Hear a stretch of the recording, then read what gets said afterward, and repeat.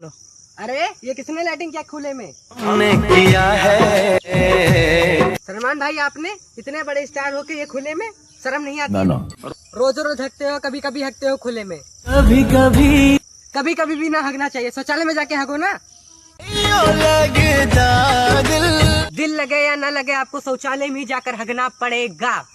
ऐसे बाहर हगने से बीमारी फैलती है। मालूम है तेरे बाप को मत सिखा, चल।